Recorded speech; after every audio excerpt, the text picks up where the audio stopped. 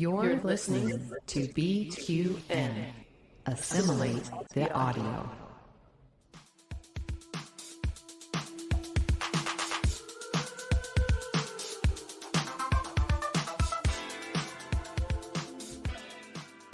Welcome, listeners, to another episode of All Good Things, a Star Trek Universe podcast here on BQN and the Fandom Podcast Network.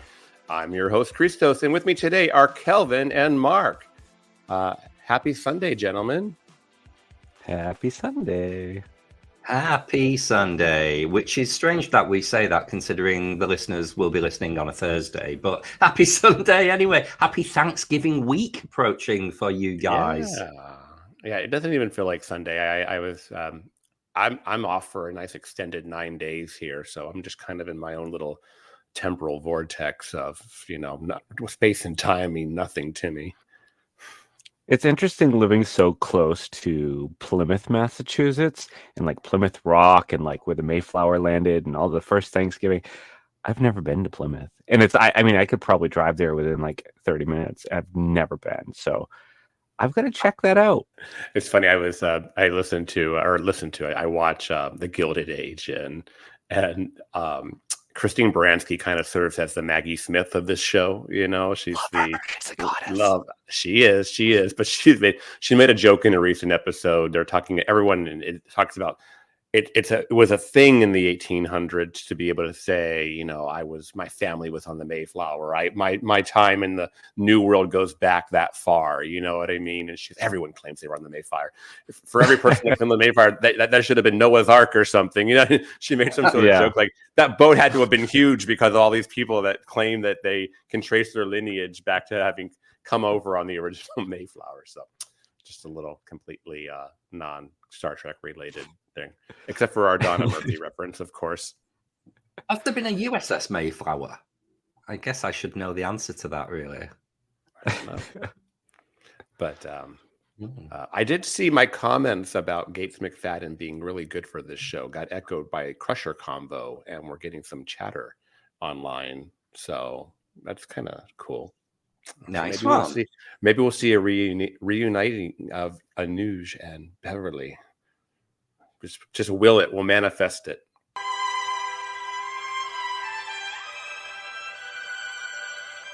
Sir, it's wonderful. A feeling of great joy and gratitude.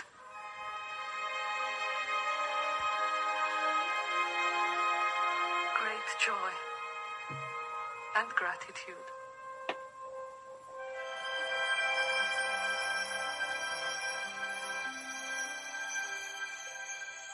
Continuing our new feature of Great Joy and Gratitude is where we give a shout out to the Trek moment of the week. And that's our personal Trek moments of the week. Those moments that brought us great joy and gratitude. So, Kelvin, what got you excited in the world of Star Trek this week? Oh, I'm being very, very consumer here. And it's a new piece of merchandise. So Insight Editions, which are a company who I don't really know too much about, they've released a new advent calendar for Christmas this year, which is a lovely little, I believe it's the original series Shuttlecraft Galileo, I think. Might be a next gen, can't remember. But I've ordered it, and it's an advent calendar with different small pieces of merchandise in every day, I guess. Now, I had the Borg Cube advent calendar that was 2 or 3 years ago. And I think this is the first one they've done since that. A lot of people didn't really rate the advent calendar. They said it was all just a load of tat inside, really cheap rubbish. I loved it. I thought it was great. So I was really happy. I hope James isn't listening to this podcast, actually, because it is a little surprise that I bought for him. So I may have just ruined that. But yeah, when it comes in the mail ahead of December the 1st, in a couple of weeks' time, we'll have some new merch. So I'm very excited about that. That's my piece for the week. So that's your way to find out if he really does listen. Yeah. He said he only listens to the episodes that Amy's on, so I think we're safe. Oh, wow. I know. Savage. I'm going to have some words with him. Uh-huh. All right. Mark, what's got you going today? Well, we just covered, and this is Trek related, a roundabout way. We just covered a Dune episode in my Cinema Z podcast where we talk films, and we covered like all of the Dune movies and some of the book and what have you. And part of Cinema Z is we reenact moments from the films, but we play along and play out scenes. And listeners, it's worth it to tune in to that episode strictly just to hear Matthew Jennings do his Patrick Stewart impersonation when he was in Dune, and it is so funny. He does such a good Sir Patrick because he tried to channel Brent Spiner's. So his impersonation is based on Brent Spiner's impersonation of Sir Patrick Stewart, and it is to die for. So check that episode out. All right, so I'm going to give two quick ones. Well, one quick one and one maybe a little bit longer. First off, we've confirmed that Strange New World starts filming on December 10th already. They're going to make those actors work through Christmas, it sounds like. So they're getting the show right back to production. They truly did have a plan I know they had said they were working every month when the month reset and the strike was still going on.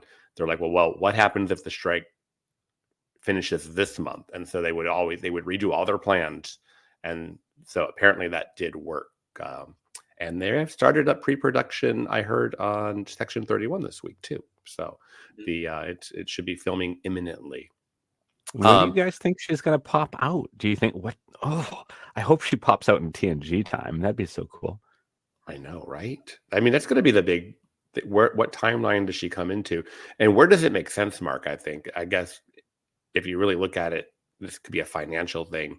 Like, what do they have the sets for? You know, she better not pop out in 2023. I will freak. I think Star Trek needs to leave current day adventures alone for a very long time. I know financially it makes sense, but yeah. Well, we could manifest that if Academy is in future Discovery and everyone's pissed off that Picard season 3, unless we get Legacy, is done, I would like Michelle Yeoh to appear in kind of Picard season 3, and she could pick up with Bashir, and Bashir could be in Section 31 with her, and I think that would be fabulous. Oh yeah, Kelvin. That'd be great. That would be really cool. My other little bit of news is there's been some worry over the last year or so that Star Trek novels are losing steam.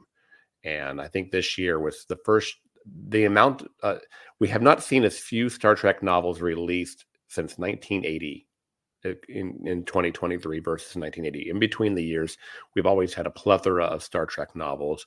Well, next year, we already know of 3 novels that are due, including Firewall, which is a Picard novel that will deal with Seven of Nine's journey right after Voyager returns back from the Delta Quadrant and kind of explains to us how she gets to the Fenris Rangers. So, and they announced 2 others this week. One is called Lost to Eternity, which will be it's a TOS movie era novel. It takes place actually in 3 timelines. I believe actually current day, during the Enterprise's original 5-year mission, and in the time after Undiscovered Country. But I believe we see characters like Gillian Taylor and Savick return in this novel. So it should be really fun for all the movie fans to see those characters back. And I think the one I'm most excited about is called Pliable Truce. It is a TNG novel, kind of a TS9 crossover, and it deals with the Cardassian exiting Bajor. It's literally right before DS9 starts, and it's still Tarek Noor, but the Enterprise goes to help mediate the evacuation a little bit, and Ensign Rowe is supposed to be in this novel, and it looks like from the cover, Garrick is in this novel. So yeah, we get to see a little bit of a prequel to DS9. You know, James is a prolific reader of all the Star Trek novels. I saw the image of the cover of the one with Savick, on, and I thought of you instantly. I thought, "Ooh, Christos is going to love this." Yeah, and our very own Jason Anderson had to like take a stab at me online to say it's the better Savick because it is the images of the Robin Curtis Savick, not Kirstie Alley. I'm fine, especially if you're going to play her later. So, Kelvin, would you like to introduce our topic? I would. You know what? It's been that long since we've done a Man versus Machine episode. I thought, why don't we do another one? So long. Eternity. Like it was only last week. So we're on part 7, Man versus Machine, which, if you recall, was supposed to be last week's episode. We are going to be looking at the Doomsday Machine from the original series, season 2, episode 6. Previously covered, we've had The Ultimate Computer from the original series, Nth Degree from TNG, Enterprise Dead Stop, Project Daedalus from Discovery, and Where Pleasant Fountains Lie from Lower Decks, and last week's episode, Bar Association from DS9. Mark, do you want to give us a synopsis? Do I? All right. So, in this episode, the Enterprise discovers a weapon capable of destroying entire planets, and Starfleet flag officer, whose crew was killed by the machine, jeopardizes the crew on a crazed mission of revenge. There we go. Thank you very much, Memory Alpha, for that awesome synopsis. It's kind of right. It's very basic. I always love sometimes when you read these basic synopsis and it's like, oh, you got it all down in the 2 sentences. You know, a 50-minute screenplay, right? And it's not too far off. So, initial thoughts. What do we think of this episode, Mark? Well, this ranks up among one of the best TOS episodes. I mean, it's an absolute classic. I mean, people quote this all the time. It's very memorable. You have that weird planet-killing machine. There's a lot of great Scotty moments in this with ingenuity. We have Transporter Chief Kyle makes an appearance in this too, who is in Strange New Worlds. There's a lot going on here. Some great acting. The guy that plays Decker, he just gets to the point of being over the top, but doesn't go full on. He gets right up to the line, I feel like, but doesn't overdo it. Like it's crazy, but not too crazy. I thought he could. I may disagree with that, but we have a whole topic about that, so we'll revisit that a little deeper here in a minute. Kelvin, what do you think about this episode? Yeah, I'm with Mark. I like this episode. I think this is a good original series episode for Next Generation fans to watch if they find some of the older aspects of Star Trek a bit jarring in the way kind of they portray Starfleet. I think it's aged very well. There's nothing like really distasteful in it where you think it's been kind of retconned later in Next Generation DS9 and so on. So there's no people in bunny suits here. Exactly. There's a lot. It's a really good story. It deals with some good themes. It's not perfect. You know, Uhura's not in it for a start. Oh, I know. Uhura's day off and all. The first thing I noticed about that. Yeah, but I mean, it could have literally been Nichelle. They just lifted and shifted to a different actress. But yeah, love it. It is one of the more pleasant. If I do a rewatch of the original series, I will undoubtedly skip a number of episodes. This isn't one that I do. I really like it. Also, as well, do you recall? Now, I'm asking you. We've already been talking about our failing memories today. Cast your mind back to the pandemic. And the three of us here, plus some of the dear friends, we would do our Sunday night Zooms. And we originally started doing them to do episode rewatches together. And this was the episode that we chose first. So a group of us all got on and it was quite serious and we were watching the episode. And then as we had a drink, it descended into silliness. And then every subsequent week, it's like, well, let's just not do an episode rewatch. Let's just get get drunk and have a chat with each other. So this episode is quite special because it makes me think of you guys and all our friends, that all those weeks that we spent in the pandemic. Now, see, now you have no, I like that. I like that. I do remember, of course, all that. I don't remember this being the first episode or whatnot. I don't think we spent much time doing that. Those talks quickly descended into just talking. It was 2 weeks. We did this episode and we did TNG the first Conspiracy. Yeah. And then that was it. Once people started doing impressions and telling jokes, and the episodes kind of got lost. As we can see, Kelvin's memory is much better than mine. I will say I did have some red wine as I watched this last night. It's the only way I can handle Commodore Decker.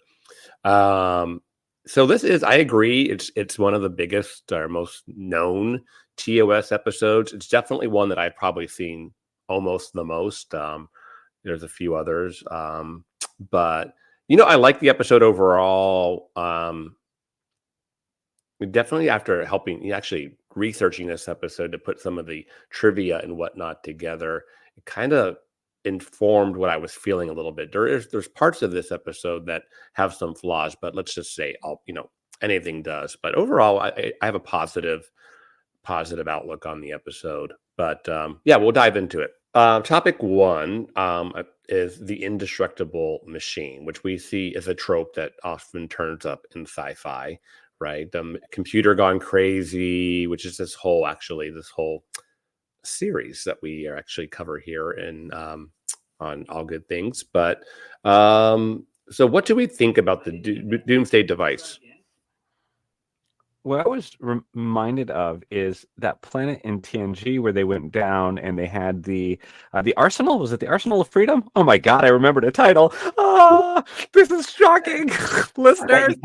I bet you can't remember the name of the computer system. Oh God, no! But I'm shocked I remember the title of the episode. But anyway, they go down and it's the same kind of idea where both sides got destroyed because they had created this machine. Oh, we should cover that on this series. I was going to say, I think you just got part 8 figured out for us. Both sides of the war got destroyed because this one side created this, mechanism that's just going to kill pretty much everything that moves. And so it kind of reminded me of that a little bit. And I like that idea because it is a commentary on, I guess, where culture was at in the 60s and like the atom bomb and like, okay, we're going to annihilate ourselves as a species if we don't slow down on building all these giant, weapons of mass destruction. So I think that's cool. I think it's a cool concept. I find it quite interesting that you went there straight away with that, because to me that's one of the downsides of the story, that it was almost the science was taken away from the episode, in that this was pure action, and obviously it dealt with a lot of survivor guilt, mental health issues with Decker, but it had this. Imagine, Beverly Crusher being in this episode. She would have wanted to find the builders, find out who they were, what happened to them, a little bit more backstory into the culture that made this device, rather than it just being this thing that wandered the galaxy, destroying solar systems. So it almost seemed like action for action's sake, rather than there being stakes to it and it mattering more. It's funny you mentioned Beverly Crusher, because I will invoke her in saying that she would have had this guy removed a lot sooner than McCoy.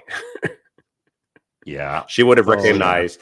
She would have recognized that he was unfit for duty and not been afraid to invoke that. But that's all hypothetical, of course. But yeah, I just feel like that's part of the. When I do talk about the failings of this episode, that was one of them for me. And I know we're kind of jumping ahead to talking about the Commodore, but What do you think of the design of the Planet Killer? Because clearly it's well established that it's a machine straight away, but it almost looked quite organic in the way that it was like a worm. It was almost seemed like a space-dwelling organism rather than a constructed machine. It's funny you say worm, because it does look like the sandworms in Dune. It does.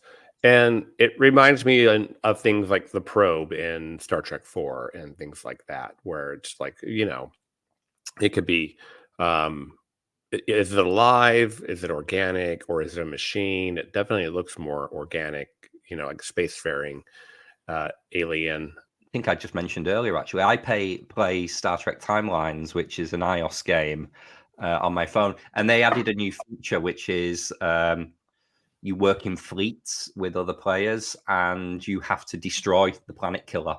So if you invest a lot in the game and you've leveled up a lot, clearly you're a lot stronger. So you have to find a fleet with people who are also as strong, and then you take on the planet killer. And it's really frustrating for me because they have easy, normal, hard, extra, etc. And I'm just at a point with it where I can't proceed any further because I hope no one's listening who's a member of my fleet, but nobody's strong enough to help us take it out. So I hate the planet killer. It reminds me of those little bugle like corn chips that you put at the end of your fingers. And you got to put one on each of the fingers, and then you eat them individually, like a witch, like your witch fingers. Oh yeah, you pretend they're nails. I love that. Yeah.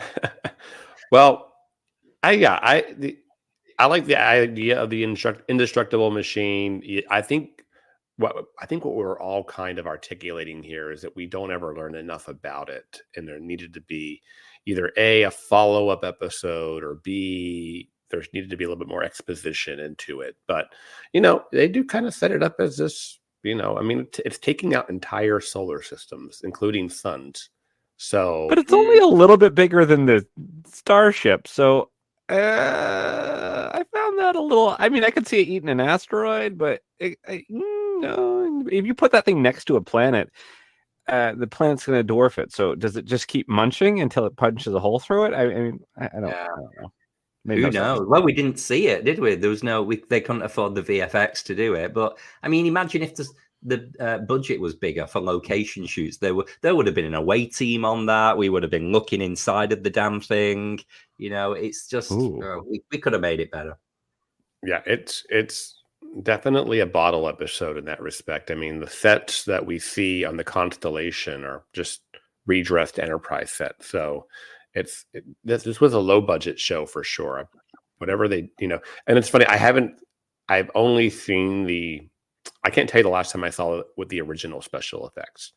The newer special effects were done in the 2000s, and that's how I watch it now. And whenever I have to watch a TOS episode, so I haven't even gone back to see what the original version of that looks like. The Crazy Commodore is pretty much the focus of this episode. Commodore Matt Decker. Yes, we show up. The Constellation is adrift. They beam an away team over, and they basically find this super traumatized Commodore, who why they didn't beam him directly to sick bay and start this guy, on psychiatric treatment is beyond me, but we didn't. Because television, we have to have some. It's got to make sense dramatically. We can't solve our problem just like that. But eventually, we find this guy to be quickly. He's Captain Ahab. It's Moby Dick, which is a trope we see a lot in Star Trek.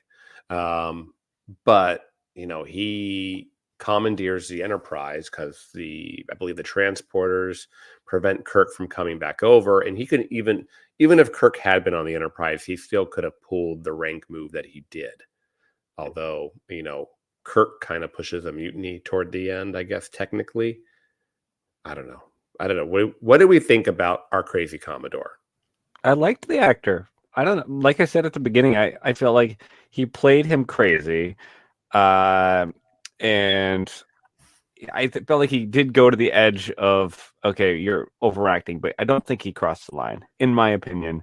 But yeah, I enjoyed his performance overall. I've seen some flat acting on TOS where it's just like, okay, this person did like a shampoo commercial the week before and now they're on. But then there's this guy who really did act. So I appreciate that it wasn't flat. I'll give you that. Yeah, he's definitely not flat. I likened his performance at crazy almost like he was playing a drunk as well. I mean, the whole that's the kind of way, it kind of came across, especially with, they actually went as far as letting the guy have some scruff because he's been out in space for a while. I mean, that's actually a really nice touch to show that he's not in his right mind, and that he's delusional. But yeah.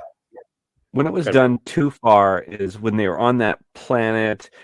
Well, it was the episode. I'm doing so good today. The episode of TOS called Away Mission.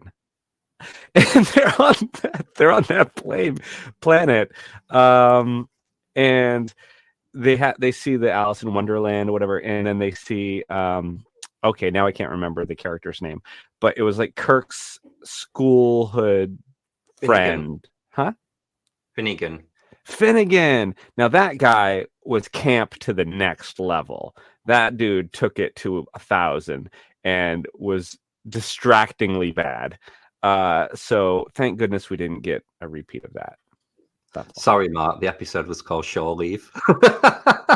I was close. Shore Leave, Away Mission, whatever.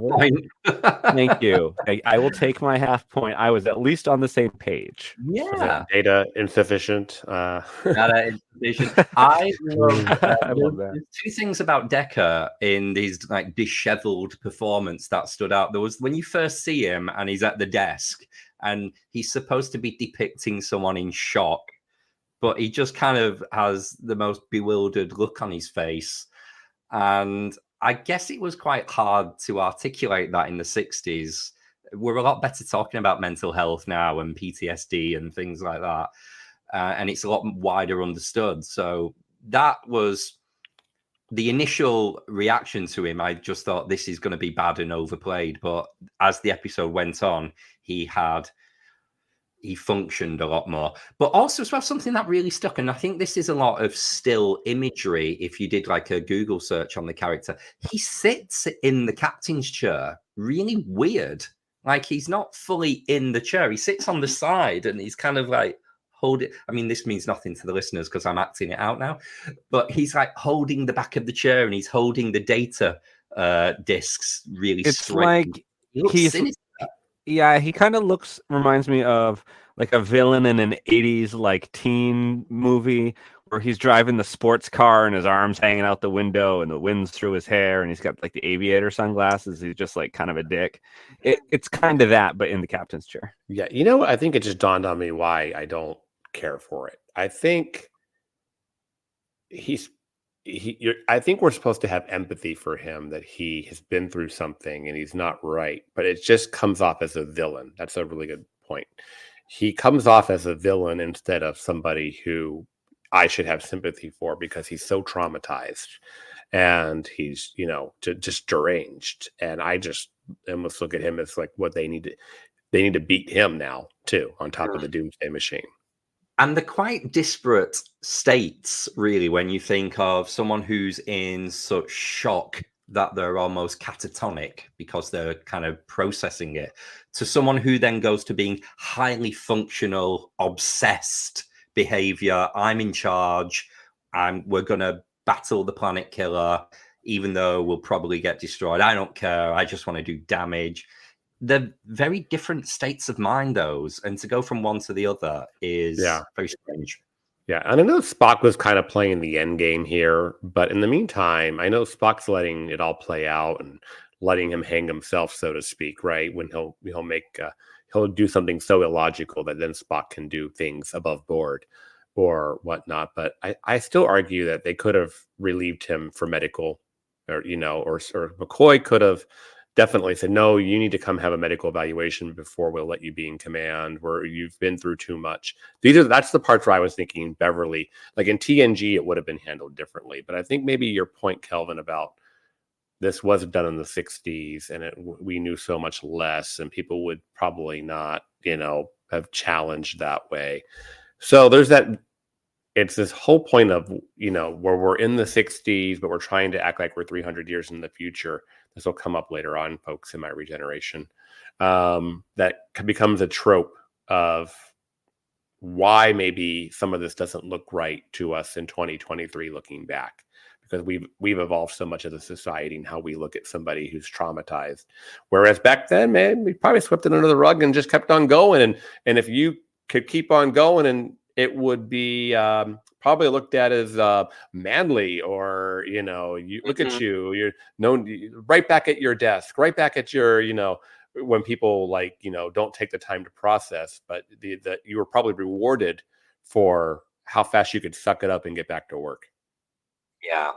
I did take an issue with his command decision to beam his crew down to the planet while they're dealing with the planet killer. I thought, surely there's another option. Maybe, consider the escape pods or something. Yeah, really, not really Command School 101, that one. Yeah.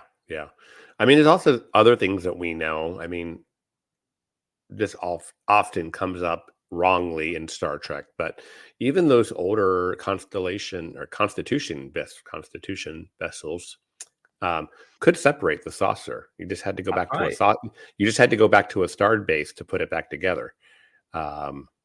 So you could have done that, and I don't know, just me thinking outside the budget as usual. I always say that officers to do a court martial, because we'd just be querying, why did you make that decision? Well, it's like when you watch TNG so many times, it's like, how many times would a saucer separation have solved the problem? And of course they didn't do it. It becomes sometimes we become critics of having watched so many episodes of Star Trek, especially so many times, and knowing so much about the universe, that we're like, no, this episode would be over in the first act because we would have done XYZ and solved the problem. We need the power from the saucer's impulse engines. We can't separate. Okay, Riker. All right, so let's go into assimilations and regenerations. It's kind of funny. This is really kind of become my favorite part of our episodes, is when we do this part. It's how this is started off as just a little thing, but it's the part I look forward to the most, because I think we can be, it's kind of the ups and downs, right? All right. I also like that we often have opposing views as well. There's been times where someone's listed something as a regeneration, and I've come on and said, no, I love that. The remastered effects for external shots in the Planet Killer look pretty cool. I would agree with that. I do remember when these in America, I don't know about you guys, Kelvin, for you, but in America, these started airing on television around 2006 when they were working on these episodes, and they before they were available on home video in any way, sense, or form, and before we even had streaming platforms, these actually started airing one per week as a new episode on the weekend.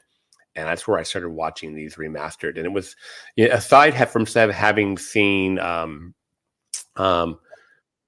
the classic Enterprise show up in Enterprise in the Mirror Universe episode, I remember being really blown away at seeing the TOS Enterprise looking that great on television when these started airing in 2006. Yeah. It was a very similar time for us, and a lot of the 1,000,001 cable channels that you get these days, there's about 5 channels that show Star Trek every weeknight, and they're all in slightly different hour, like one's at 4, one's at 5, one's at 6, one's at 7. So, and they all use the remastered originals when they're using them, and they have done for years and years. So I can barely remember what the original shots look like. It's just the actual beauty of these, and the Planet Killer itself was just so textured, kind of like the body, if that's the hull, I guess.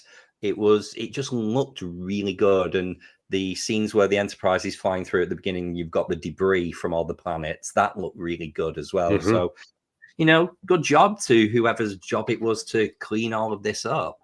It's because even the remasters are still quite old now, so they've stood the test of time. Yeah. The de-aging has aged well. I don't know if they'll end up redoing these or not, but I just liked that this came the year after Enterprise was canceled. So we kind of had these, and then we had the 2009 movie, and then of course the big project of the TNG remasters to high definition and Blu-ray and whatnot. I mean, that's the kind of stuff that kept Star Trek alive through those years before Discovery, and we only had 3 Kelvin movies that were over the course of those 11 or 12 years between what I guess the Berman era and the Discovery era.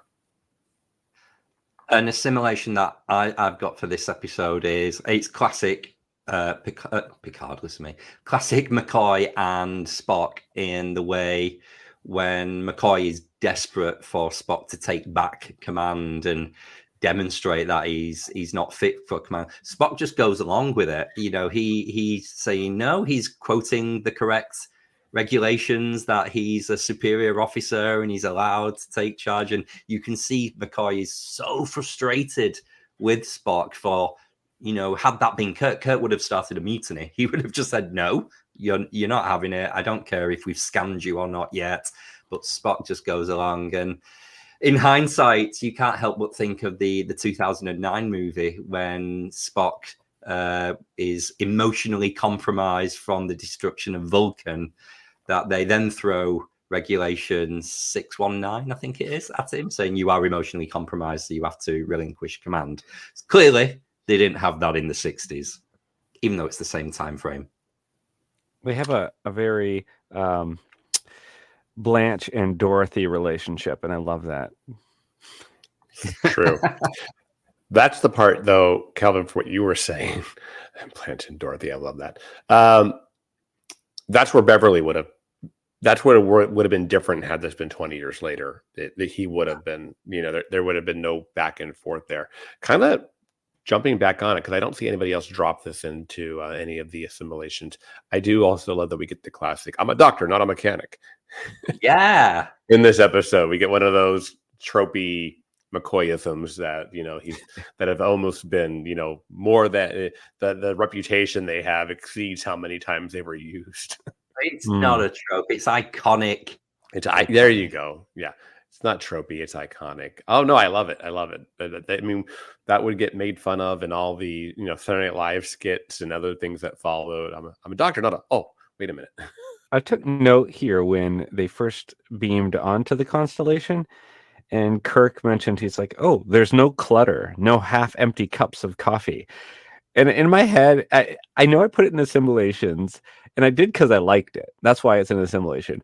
But it also is kind of a regeneration, because, like, what starship are you going on where, you know, you just walk into the engine room and you're going to find half-consumed cups of coffee sitting around? I do love that he implies that his staff is sitting around drinking coffee. That's cool. There's coffee in that nebula. But no, I just found that weird, because no, there's not going to be clutter everywhere. What are you talking about? Well, that's actually a perfect segue to my first regeneration, Mark, because things like that, there's no half-empty cups of coffee. Scotty, you just earned your pay for the week. And the mention of, or the allegory to the hydrogen bomb in the 20th century, it's all, for me, those are all things that take you out of it. That's all things that make you forget that you're 300 years in the future. It's writing to current times and modern times, and which was the late 1960s, and not writing to the future moment. And that's when Star Trek gets it wrong, I think, when they use current lingo, current observations, like, they haven't, you just earned your pay for the week. When, I think, you know, when money's been gone for a long time at this point, you know, these guys probably didn't even grow up in an age where you needed money, let alone would make that reference to a paycheck or mention to the hydrogen bomb. And I guess that's supposed to be your big lesson, right? The hydrogen bomb and doomsday machines and devices that weren't meant to be used. I mean, that's the Gene Roddenberry narrative of looking at society now through society in the future. But I think for me, it's a little bit too nail on the head, as they say. I don't know. In Star Trek, they do it a lot where they are referencing 20th century matters in a list, but then they will throw an example into the list of something that hasn't happened yet for us.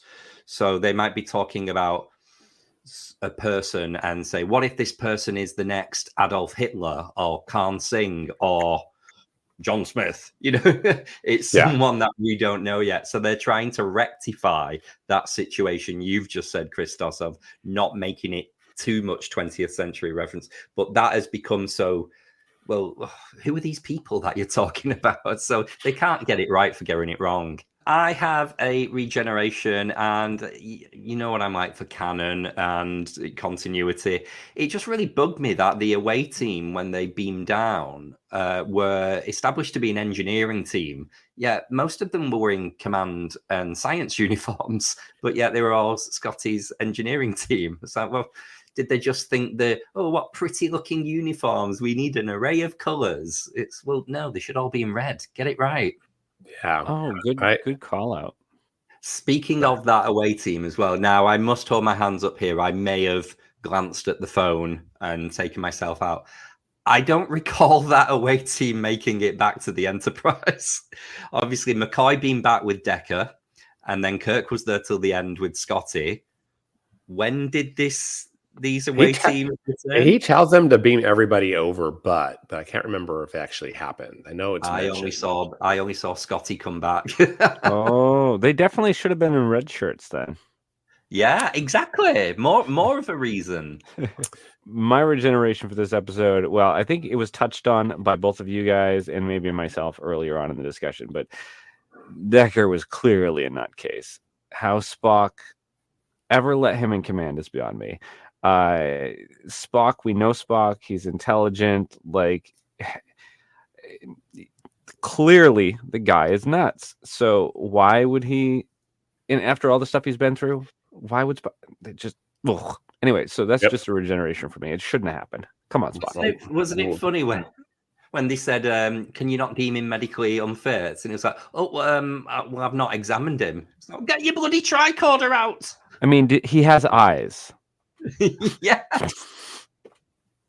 Bev would have done it. You guys probably didn't know what to do with this one of mine here. I put that shuttlecraft bay door, but once again, Captain, we have an unscheduled launch from the shuttle bay. Someone just goes down to the shuttle bay, takes the shuttle, launches, leaves. It's no problem. You don't need any code.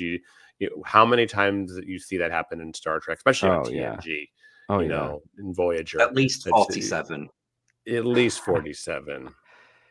Well, question for you, Christos. I'd be interested to see, because we haven't seen it yet, but the TOS Enterprise, but in Strange New Worlds, like the Strange New Worlds Enterprise, we haven't been to the shuttle bay yet. Do you think they're going to make it look like the remastered version that we've seen here?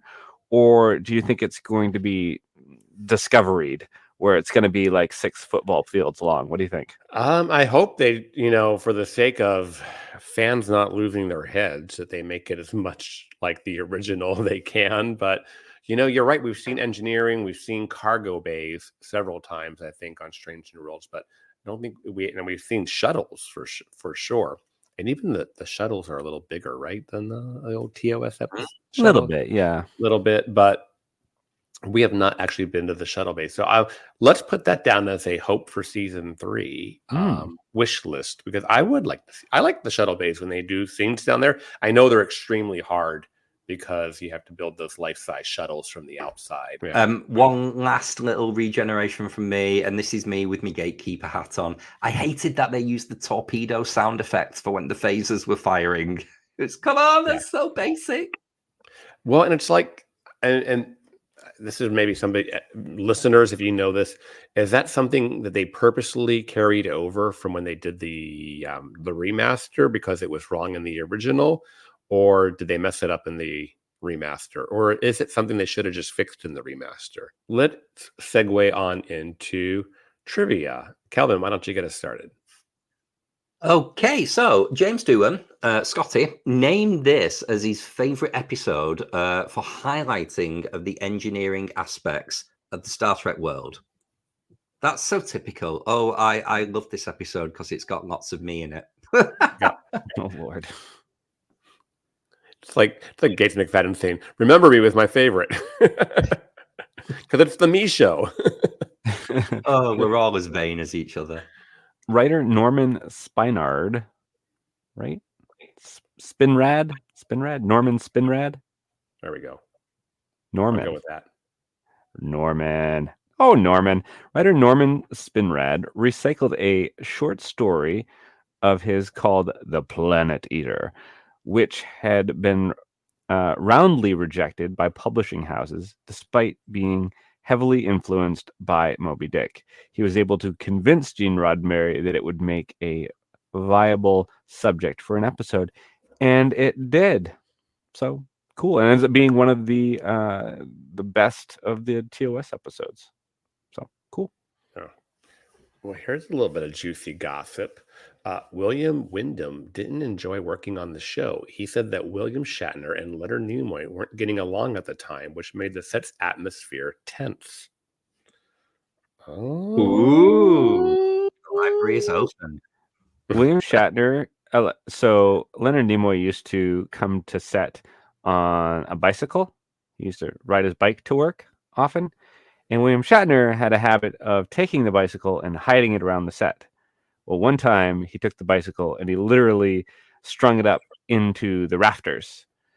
So when Leonard Nimoy was ready to go home, he had to fish his bike down from the rafters and like the lights and stuff, and was pretty pissed. So I guess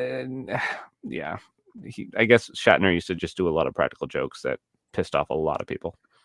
Well, I mean, when it gets to the point that it's tense for the guest actors, I guess, that's borderline unprofessional, right? When you're not making your home hospitable for your guests, because you're having a tiff. I don't know. It's kind of, I will go out on a limb, and this is just my observation, listeners. I don't have the best view of William Shatner overall, holistically, through, much of the things that have been said about him by other actors, by the way he treats other people, by the way I've seen him behave on the Star Trek cruise and other places in person. I just don't have the highest. I love Captain Kirk, but I'm not saying I like William Shatner. Just saying. All right. Kelvin.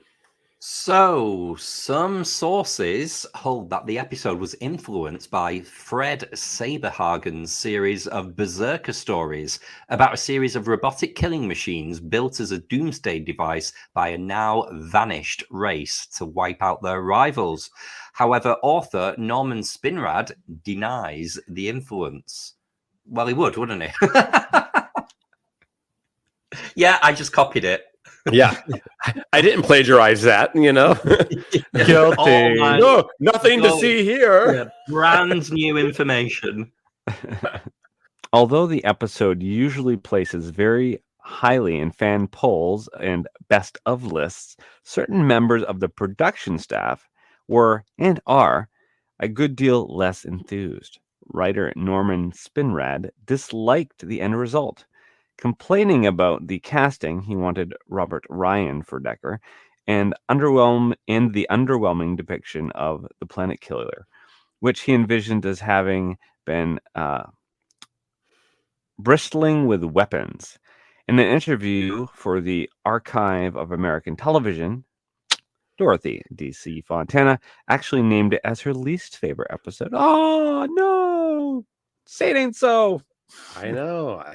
That's a lot there. There's a lot to unpack with this one.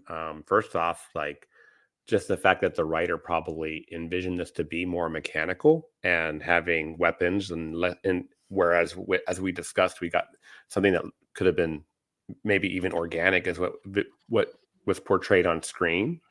The writer not liking the acting of Decker and basically wanted somebody else. I mean, there's a lot here.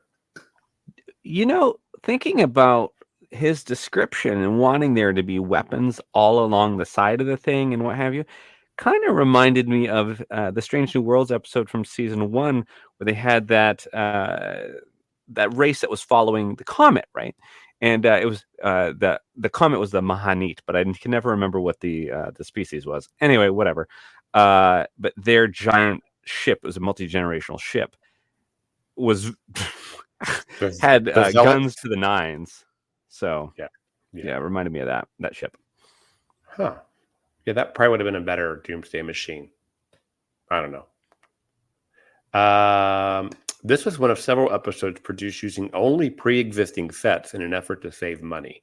So it's kind of interesting that even by episode 6 of season 2, they were They were trying to save a little. Usually it's toward the end of a season that you're out of money, and then you're really trying to cut production costs down. Yeah, I mean, that was one of the good things about the original series, that they only really had the Constitution class ships. So anytime they needed to encounter another Starfleet ship, you could just use the existing sets. So am I right in thinking that the Reliant in Wrath of Khan was the first other class of starship that we saw that wasn't Constitution? The first time we saw something in canon in the R timeline, yes, Yeah. 1982 was the first time we saw another starship design. Crazy. Okay, so we have the air pressure measured was in pounds per square inch above the constellation, whereas these days we would have said kilopascal. kPa is the preferred units of measurements. I didn't even notice that, and I don't know, maybe I'm aging myself here, that I've never heard pressure referred to in pounds per square inch. That's we have a very strange relationship here with measurements of, we say, oh, we've gone metric, but loads of things are not. We still work in miles rather than kilometers. A lot of things are measured in pounds and stone rather than kilograms. But I've never heard that unit of measurement, pounds per square inch. Interesting. Oh, actually, do you know what I have? That's what you do your tire pressure for on your car, PSI. There we go. I'm useless with cars, but I've learned something. Oh my goodness. Kelvin just had an epiphany on air, listeners. I've had a physics lesson spontaneously. There we go. Joe would be so proud of me. I know, Mr. Keegan, get in here. All right. And then this last one, the Rolodecker was originally meant for Robert Ryan, but he was unavailable. I think we kind of covered that. Robert Ryan, let's see here. Because that's part of the trivia, I just thought we'd owe it to our listeners just to figure out why that was of note. Who is he? Who is he? What's he been in? And no, and he was not hot. I guess for the time period. Let's see here. I don't know why, but I'm thinking of Ryan Reynolds. Oh, it's just the double R. That's a big difference. I'll read 3 that I've actually heard of. So The Tall Man, he was in that, and that's from 1955. Let's see here. It looks like a lot of westerns. So Day of the Outlaw, that was in 1959. And let's see. The movie King of Kings. That was a very popular movie when that came out in 1961, and he played John the Baptist. So anyway, there's some of his credits. Good for him. All right. So we'll move on to our final thoughts of this episode, and where you kind of think it ranks in our now being part 7 of this list. And I think, like I said earlier, we know what part 8 is going to be. So Kelvin, why don't you give me your final thoughts on Doomsday Machine? As we started off with initial thoughts, I will mirror to say that I think it is a good episode of the original series, a very enjoyable rewatch, a very classic episode with some great themes. The issue I have with it being included in our Man versus Machine series is what I said earlier about the Planet Killer's appearance and design made it look more like a space-dwelling life form rather than a machine. And I think it could have taken the story in a different direction if it was organic. And I know it's a bit 10C like in that it's destroying the planets. It doesn't know it's doing harm. How are we going to get it stopped? How are we going to communicate? Completely different direction. But they just didn't monopolize on the idea that this was a machine that could have been built, deactivated, a history, a problem to solve. It was just, let's blow it up. Yeah, and so I think Man versus Machine has been done better elsewhere. Yeah.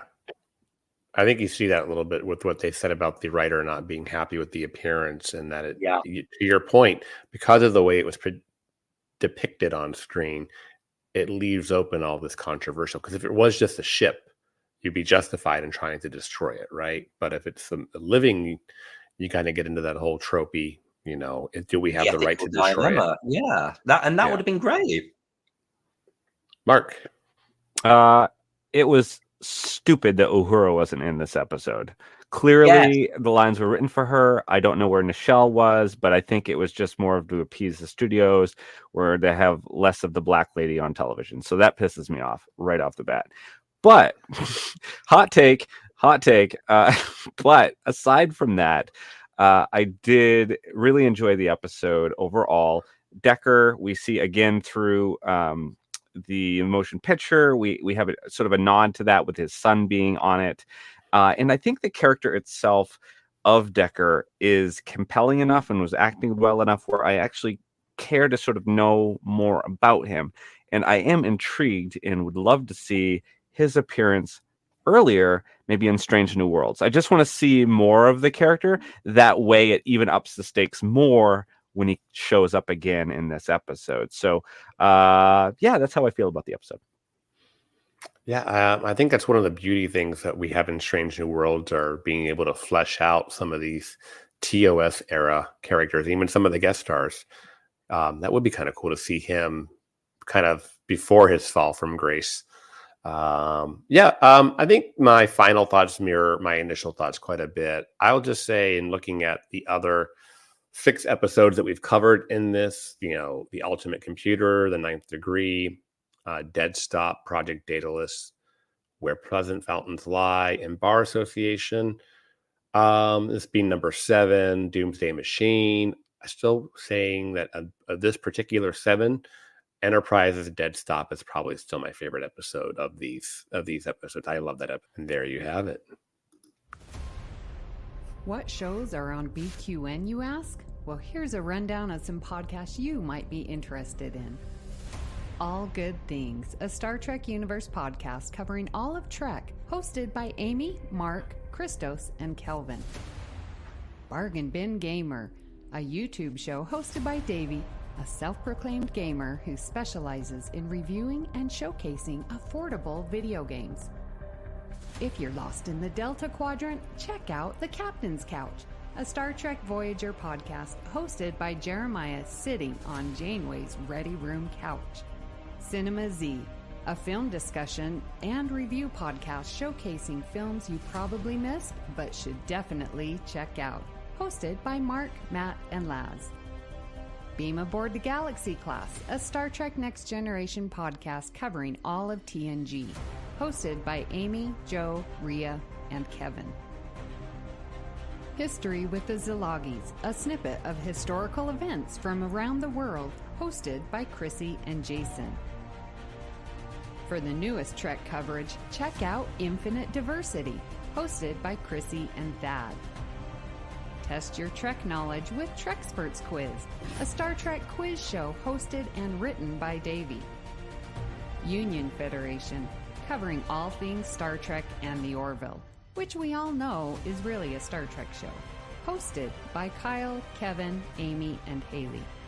Spill the Tea with What's the Tea, Bev?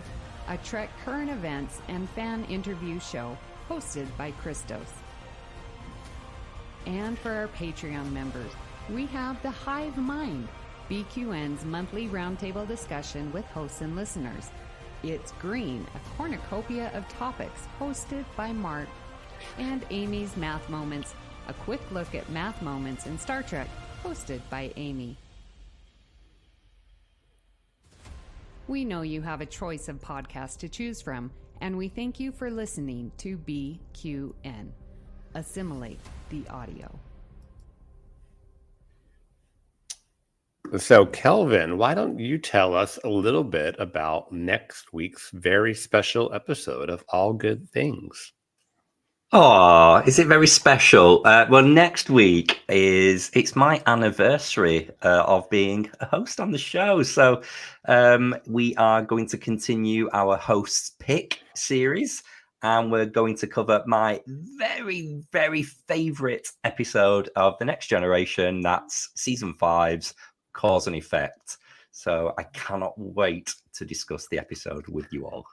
Well, I'm very touched that you chose a Beverly episode for your pick.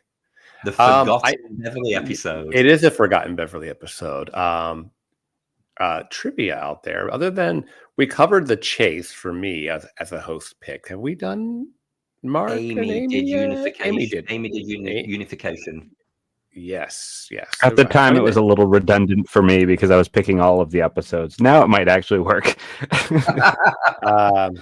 Yeah, no, it's just I thought I was going to point out what you just confirmed for me, Kelvin, that we our choices have all been TNG episodes. Oh yeah. We would love to hear what you thought of today's episode and hope you'll join our Facebook group, the BQN Collective, to continue our discussion there. You can also reach us at All Good Pod on Blue Sky. Please join the network on Blue Sky and Instagram at BQN Podcasts. We've also partnered with our friends on the Fandom Podcast Network, where you can find us by searching their master feed. So, Kelvin, where can people find you when you're not chasing around starships with a waffle cone? When I'm not doing that, people can find me in the BQN Collective Facebook group or over on the socials at Kelvin's Timeline.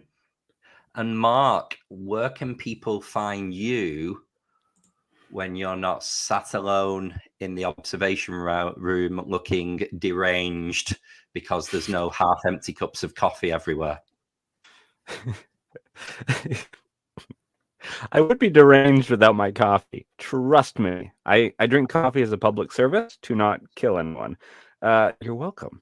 So when I'm not doing that, you can also find me in the BQN Collective Facebook group. It's a lot of fun. Listeners, what are you doing if you're not a member of the BQN Collective Facebook group? Really, check out. It's great. So when I'm also on Cinema Z, it's a film discussion and review podcast. And we have a whole lot of fun out there, acting out scenes from our favorite films and drinking and, in general, having a good time. So you should check that out. And I'm also on Blue Sky Social at MW207. And Christos, I'm all ready this time. And Christos, where can people find you when you are not relieving Kelvin of command for being medically unfit by using a hypo spray to knock him out? Let's see. You can find me also on Facebook in the BQN Collective. You can find me on Instagram, Blue Sky, Threads, but not on Twitter or X. Please hit the subscribe button on Apple Podcasts or wherever you get your podcasts from and leave us a star rating and written review. That helps others to find the show. You can also follow the entire network's podcasts with our master feed by searching BQN. At this time, we would like to thank our associate producers, Mahendran Radhakrishnan and Tim Cooper. Special thanks to Graham Kelly for our opening and closing music. And hey guys, I do the art. Yay! Pat on the back. If you'd like to help us keep our shows coming to you each week, you can become a patron of the network on Patreon. We will add you to the Hive Mind Facebook group so you can enjoy It's Green, Amy's Math Moments, and other network perks. With a monthly subscription of $5 or more, you can join our meetings on the Hive Mind Roundtable discussion on the second Saturday of each month. Visit patreon.com/BQN to get all the details and watch your messages. Thank you for listening. We hope you'll join us as we search out all good things.